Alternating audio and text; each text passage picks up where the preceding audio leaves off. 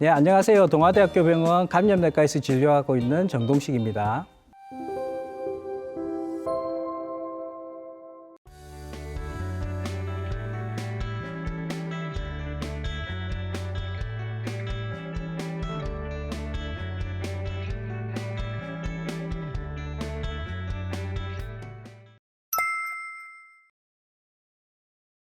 그런 질문들을 하는 분들이 참 많은데요. 심지어는 여름에 비 오는 날 회를 안 먹는 분들도 많이 있더라고요.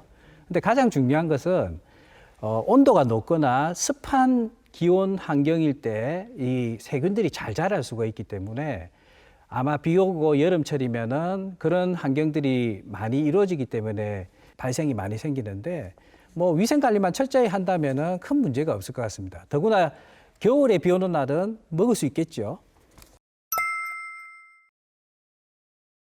그런 위험이 조금 있을 수 있습니다. 음식을 냉동하기 전에 음식에 적은 수의 세균이 있다가 냉동 보관할 때는 억제가 돼 있는데 이걸 해동하게 되면 이 균이 또 다시 증식을 할 수가 있거든요. 심지어는 다시 조리했다가 놔두면 세균이 아주 빨리 증식을 할 수가 있어요.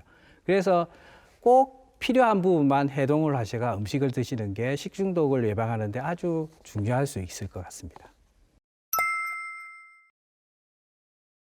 종종 그런 경우들 듣게 되는데요. 일단은 첫 번째는 이 세균이나 독소가 그 음식 전체에 다 묻어 있는 건 아니거든요. 일부 있는 부위도 있고 없는 부위가 있는데 그 세균 독소가 있는 부분에 음식을 먹은 분이 걸릴 가능성이 많겠죠. 두 번째는 또 그 사람마다 면역의 상태가 틀리기 때문에 그런 부분도 영향을 받을 수가 있습니다.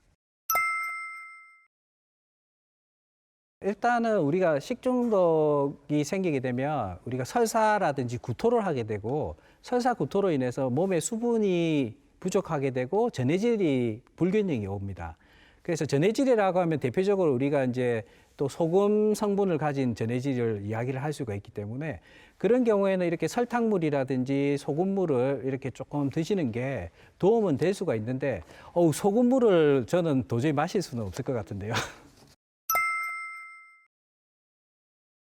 프로바이오틱스라든지 유산균 성분의 건강식품들이 많이 나오고 있는데요. 우리가 그 장의 건강을 위해서 먹는 거라고 생각을 하시지만 식중독 걸렸을 때는 절대 복용을 미루셔야 됩니다.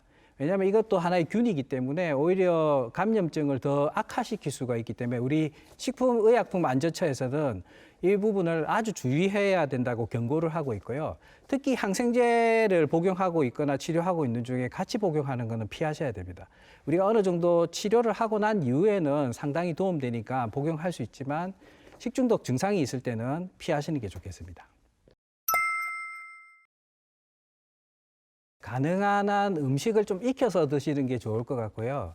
그리고 음식을 뭐 밖에서 상온에서 보관할 때도 가능한 한 오랫동안 보관하지 않으셔야 됩니다. 주방에 칼이나 도마, 행주 같은 것도 우리가 물로 씻으면 된다라고 생각을 하시지만 가능한 한 세척액을 가지고 깨끗이 씻어주시고 그리고 또 소독을 하고 위생 관리를 철저히 하는 게 식중독 예방에 아주 중요할 수 있겠습니다.